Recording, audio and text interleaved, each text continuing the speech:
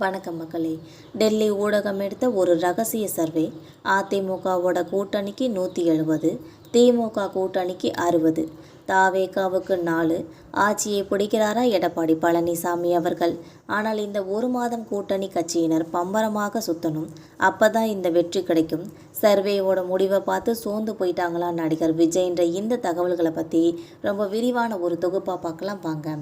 தமிழக அரசியல் களத்தில் 2026 சட்டமன்ற தேர்தலுக்கான பரபரப்பான உச்சக்கட்டத்தை எட்டியிருக்கிற இந்த நிலைமையில் டெல்லி ஊடகம் ஒன்று நடத்தியதாக சொல்லப்படுற ஒரு ரகசிய சர்வேவோட முடிவுகள் தற்போது வெளியாகி பெரும் அதிர்வலைகளை ஏற்படுத்தியிருக்கு.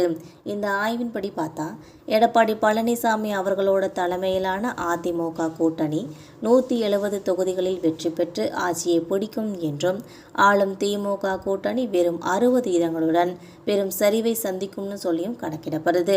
கடந்த 5 ஆண்டு கால திமுக ஆட்சியின் மீதான அதிருப்தி மற்றும் எடப்பாடியோட இந்த அதிரடி வாக்குறுதிகள் மக்கள் மத்தியில் ஈடுபட்டதே இந்த மாற்றத்துக்கு ஒரு முக்கிய காரணம்னு சொல்லி இந்த ஆய்வு சொல்றாங்க. அதிமுகவிற்கு இந்த சாதகமான சூழல் நிலவினாலும் எஞ்சி இருக்கிற இந்த ஒரு மாத காலங்கிறது ரொம்ப முக்கியமானதுன்னே சொல்லலாம். அதிமுகவும் அதன் கூட்டணி கட்சிகளும் ரொம்ப பம்பரமாக சுற்றி சுற்றி வேலை செஞ்சால் மட்டும்தான் இந்த 170ன்ற எண்ணிக்கையை எட்ட முடியுன்ற அரசியல் விமர்சகர்களோட கருத்துக்களை முன்வைக்கிறாங்க. இது வெறும் முன்னெச்சரிக்கை இல்லை, எச்சரிக்கைன்னு சொல்கிறாங்க. வெறும் சர்வேவோட முடிவுகளை மட்டும் நம்பி மெத்தனமாக இருந்து விடாமல் ஒவ்வொரு வாக்கு சாவடியிலும் ரொம்ப தீவிரமாக உழைக்க வேண்டிய கட்டாயம் அதிமுகவினருக்கு இருக்குன்னு சொல்லியிருக்காங்க.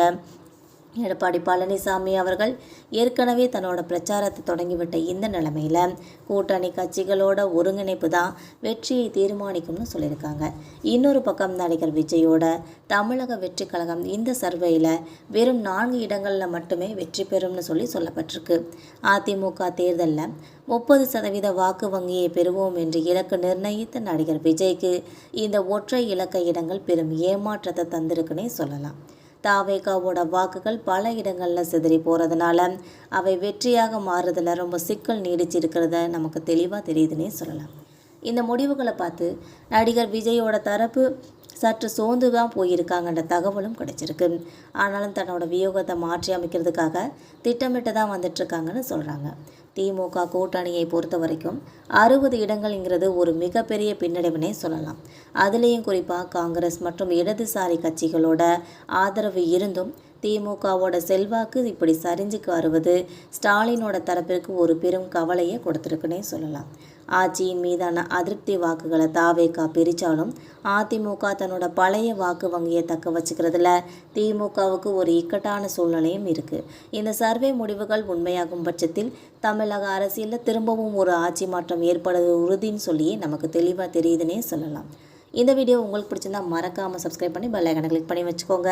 அப்போ தான் நம்ம போகிற ரெகுலர் வீடியோக்கள் உடனுக்குடன் நோட்டிஃபிகேஷனாக உங்களை வந்து சேரும். தேங்க்யூ.